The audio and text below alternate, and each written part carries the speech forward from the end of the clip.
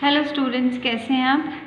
आज मैं आप लोगों के लिए जो चैप्टर लेकर आई हूँ वो है डिटर्मिनेंट। डिटर्मिनेंट एक बहुत ही इम्पॉर्टेंट टॉपिक है और बहुत ही इजी टॉपिक है, क्योंकि हम इसका एक पार्ट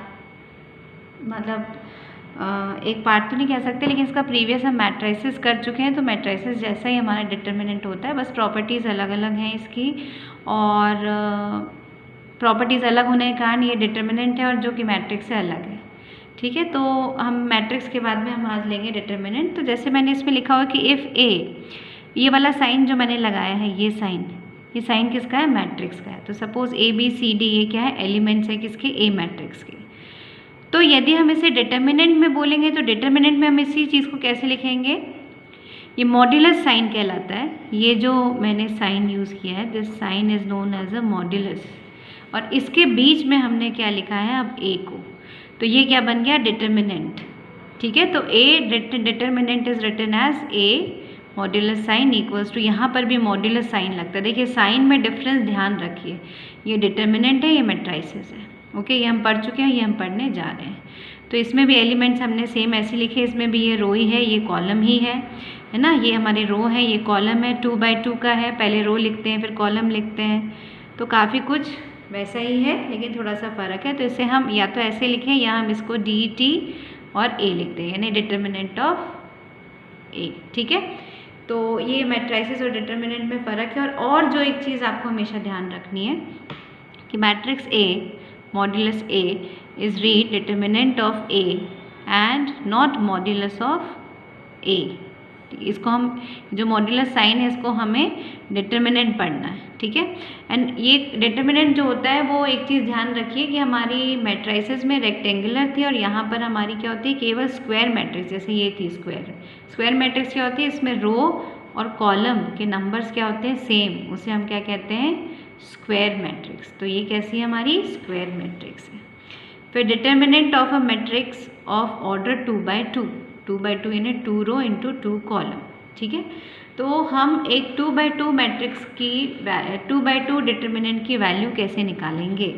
तो A12 मतलब फर्स्ट रो का फर्स्ट कॉलम, फर्स्ट रो का फर्स्ट एलिमेंट, फर्स्ट रो का सेकेंड एलिमेंट, सेकेंड रो का फर्स्ट और सेकेंड रो का सेकेंड एलिमेंट। इसको जब हम सॉल्व करेंगे तो देखिए हम इसको कैसे, इसे हम इन तीनों फॉर्म में जो जो इसके फॉर्म हो सकते थे मैंने तीनों लिख दिए अभी आपको बताने के लिए। इसकी वैल्यू निकालने के लिए हम क्या करते हैं? इसका क्रॉस मल्टीप्लिकेशन, यानी A11 into A22 minus A21 into A12। इनका जो डिफरेंस होगा वो इसकी क्या होगी? वैल्यू होगी। मतलब हम डिटर्मिनेंट के थ्रू क्या निकाल लेते हैं? वैल्यू।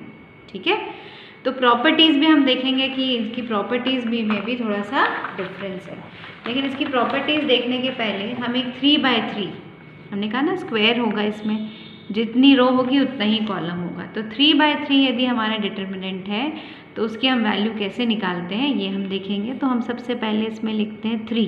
देखिए हम जो भी वैल्यू ले रहे हैं उसकी पूरी रो और कॉलम छोड़ दीजिए। मतलब 3 लिया है तो 3 की कॉलम और 3 का रो छोड़ दिया, तो हमारे पास क्या बच गया? हमारे पास बच गया 2 3 4 2, राइट। अच्छा, एक चीज़ और आपको ध्यान रखनी है कि इसमें वैल्यूज़ कैसे होती हैं? Plus then minus then plus, then minus plus minus then plus minus plus, इस तरह से वैल्यूज़ चलती है। अभी हम इस एलिमेंट को उठा रहे हैं तो ये प्लस है, फिर हम इस एलिमेंट को उठा रहे हैं, ये क्या है? हमारा माइनस है, तो -2। अब मैंने आपसे क्या कहा? जो भी हम एलिमेंट उठा रहे हैं उसका पूरा रो और उसके पूरे कॉलम दोनों अलग कर दीजिए। तो हमारे पास में क्या बचा? हमारे पास में बचा 2 1 और 3 2।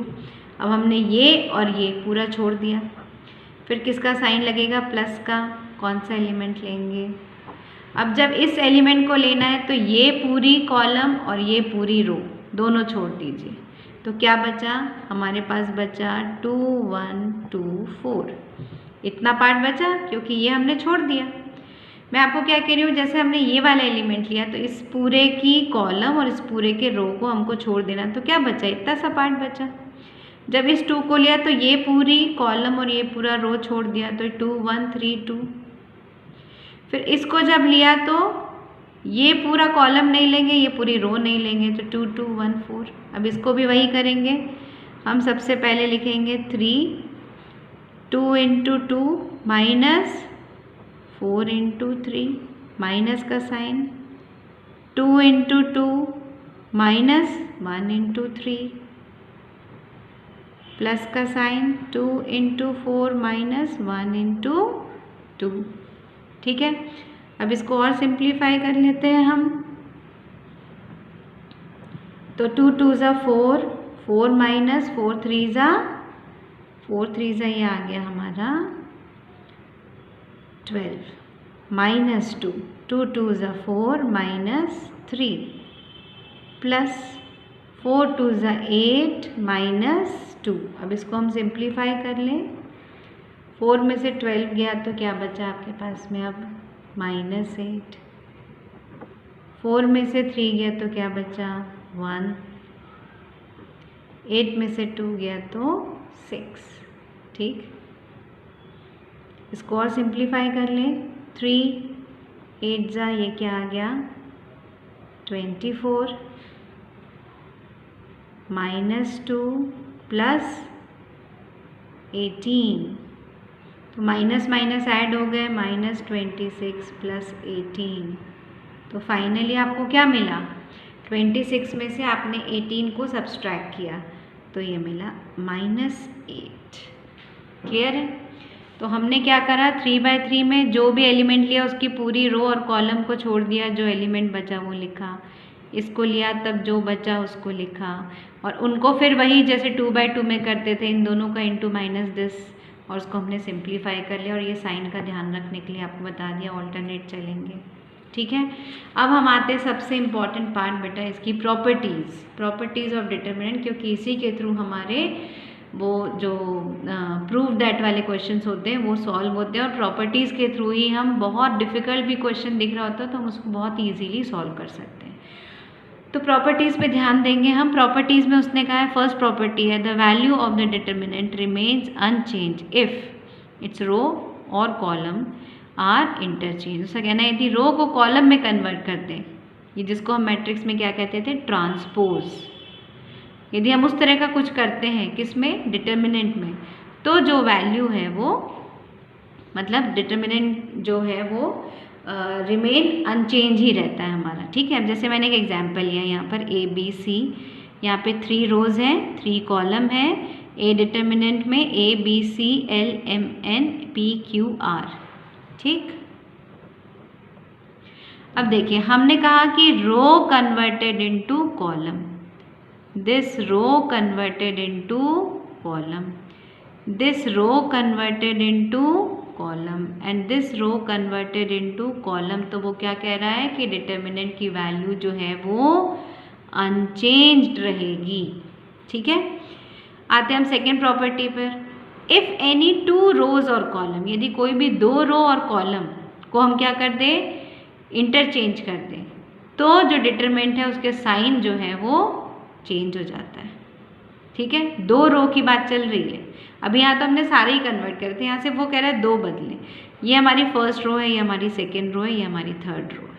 ठीक है, अब वो क्या कह रहा है, 2 रो बदलने के लिए कह रहा है। देखिए मैंने क्या बना दिया, C1 जो थर्ड रो था उसको बना दिया first row, C1 C2 C3, जो फर्स्ट रो था बीच वाली रो सेम है B1 B2 B3, जो फर्स्ट वाली रो थी उसको बना दी थर्ड वाली रो, मतलब मैंने फर्स्ट और थर्ड रो को क्या कर दिया, इंटरचेंज कर दिया। तो हमारी जो वैल्यू है वो क्या आ गई, इसको क्या बना दिया हमने Δ1, और Δ1 will be minus of this, क्या हो जाएगी, वैल्यू चेंज हो जाएगी, सॉरी साइन जो है वो चेंज हो जाएंगे। फिर थर्ड हमारी प्रॉपर्टी क्या कहती है, थर्ड प्रॉपर्टी बहुत इजी है। थर्ड प्रॉपर्टी कहती है कि यदि किसी भी डिटर्मिनेंट में कोई भी एनी 2 रो या कॉलम सेम होते हैं, identical, then value of determinant is 0। यदि कोई भी डिटर्मिनेंट में 2 रो या 2 कॉलम सेम हो तो उसकी वैल्यू क्या होती है, 0। यहाँ देखिए ABC first row and third row are same, 2 rows are same identical, then value is 0। Okay, अच्छा ये कॉलम के साथ भी हो सकता है, रो या कॉलम है ना, कॉलम भी यदि 2 हमारे एक से हैं तो वो उसकी वैल्यू भी क्या होगी, 0। नेक्स्ट प्रॉपर्टी है if each element of row column of a determinant is multiplied by a constant, यदि किसी कांस्टेंट से हमने उसको इनटू किया है तो हम उस कांस्टेंट को कॉमन बाहर निकाल सकते हैं और उस कांस्टेंट को हम किसी और से मल्टीप्लाई भी कर सकते हैं, किसी और रो या कॉलम से। देखिए वो क्या कह रहा है, A B C N N N, यहाँ पी क्यू आर तो वैल्यूज अलग है लेकिन एन इज कांस्टेंट और वो सब में कॉमन है एक्स वाई जेड। तो इस n जो कॉमन फैक्टर था उसे हमने बाहर निकाले। देखिए यहाँ पर डिफरेंस ध्यान रखिए, मैट्रिसेस में पूरे एलिमेंट में कॉमन होता है तो बाहर निकलता है, लेकिन डिटर्मिनेंट में एक रो में भी है तो आप उसे बाहर निकाल सकते हैं। तो क्या बना, ए बी सी, यहाँ से n बाहर निकल चुका है कॉमन, तो बचा क्या, पी क्यू आर और एक्स वाई जेड। अब ये बन गया। अच्छा, अब हम इस कॉमन जो हमने निकाला है, जो कि हमने सेकेंड रो से निकाला था, उसको हम कहीं और मल्टीप्लाई भी कर सकते हैं। तो हमने देखिए उसको फर्स्ट रो में मल्टीप्लाई कर दिया। ये हम मैट्रिक्स में नहीं कर सकते थे, इनकी प्रॉपर्टीज़ एकदम डिफरेंट है। एन का हमने यहाँ पर पूरे में मल्टीप्लाई कर दिया तो ये N A N B N C बन गया, P Q R X Y Z R C. मतलब क्या कि किसी एक रो से हम कॉमन निकाल सकते हैं और उसको मल्टीप्लाई कहीं और किसी और रो में कर सकते हैं, ये इसकी प्रॉपर्टी है।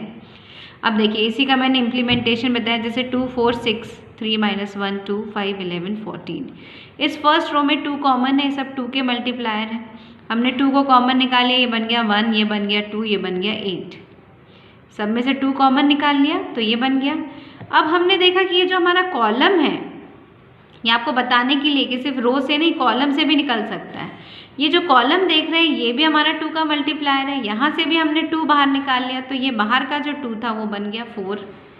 और ये 1 2 के बाद ये वैल्यू जब 2 से डिवाइड हुई तो ये बची 4, ये बची 1 और ये बचा 7। बाकी तो हमारे सब सेम ही है। देखिए 3 -1 5 11।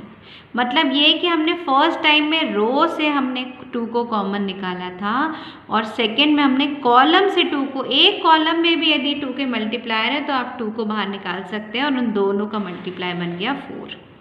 तो ये इसकी प्रॉपर्टी समझाने के लिए मैंने आपको 2 एग्जाम्पल लिए, ठीक है। अब हम आते हैं हमारी नेक्स्ट प्रॉपर्टी, वो बहुत ही ईजी है। वो ये कहता है कि यदि किसी भी डिटर्मिनेंट में कोई एक रो या कॉलम में सारे एलिमेंट 0 हैं तो उस डिटर्मिनेंट की वैल्यू 0 ही होगी। तो हमें इसको सॉल्व करने की ज़रूरत नहीं। यदि इस टाइप का कोई MCQ आता है तो आप डायरेक्ट देख करके वहाँ 0 पुट कर सकते हैं, ठीक है। Next, if sum of all elements of a row column of a determinant are expressed as sum of 2 terms. वो कह रहा है यदि किसी भी डिटर्मिनेंट के जैसे ये मैंने एग्जाम्पल लिया, इसको समझ लीजिए आप, हम उनको सम कर सकते हैं। जैसे ये एक मैट्रिक, ये एक डिटर्मिनेंट है ABC LMN x1 x2 x3 ABC LMN y, मतलब इसकी 2 रोज जो हैं, 2 कॉलम जो हैं सॉरी वो सेम है, बस थर्ड कॉलम में डिफरेंस है। तो हम इसको ऐड कर सकते हैं। ऐड करेंगे तो ये जो 2 सेम है इनको तो हम एक ही बार लिखेंगे, लेकिन जो डिफरेंट थे इनको हम ऐड कर दिया। देखिए x1 y2 x3 + y3। इस तरह से हम क्या कर सकते हैं, इनको सम ऑफ 2 डिटर्मिनेंट कर सकते हैं, ठीक है। यदि वो कैसे होते हैं, एलिमेंट्स जो हैं वो सेम है रो और कॉलम के, सिर्फ एक में डिफरेंस है तो वी कैन ऐड देम, ठीक है। और हमारी last property, this is also very important, इसमें वो ये कह रहा है कि यदि हमारी,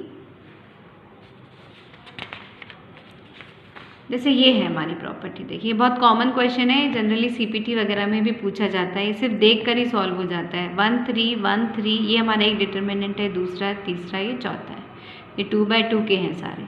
देखिए इसमें हम देख रहे हैं कि फर्स्ट कॉलम जो है वो सेम है, 1 3 1 3 1 3 1 3, लेकिन जो सेकेंड कॉलम है उसमें हमें एक क्या दिख रही है, सीरीज चल रही है। हमने जब उसको ऐड किया तो ये लिख रहा 1 2, हमने अभी आपको बताया कि वी कैन ऐड, एक कॉलम सेम है सेकंड कॉलम, तो सेकंड कॉलम के एलिमेंट ऐड होते जाए 1 2 3 4 अप टू n, 2 2 की पावर 2 2 की पावर 3 2 की पावर अप टू n। तो ये आपको पता होना चाहिए कि ये सीरीज़ का, ये इसको हम इस तरह से लिख के और यहाँ पर हम इसको सॉल्व कर सकते हैं, ठीक है। तो ये हमारा एक्चुअली ये नई तो नहीं है, मतलब ये नई प्रॉपर्टी तो नहीं है, ये एक्चुअली प्रीवियस का ही है कि जब आपके रो कॉलम सेम होते हैं और सेकंड कॉलम जो है वो डिफरेंट होता है यहाँ पर, तो हम उसको इस तरह से ऐड कर सकते हैं। उसी का इम्प्लीमेंटेशन बताया कि ये एक्चुअली आपके लिए ट्रिक है कि आप इस तरह से उसको शॉर्टकट में सॉल्व कर सकते हैं। ओके, सो थैंक यू बेटा।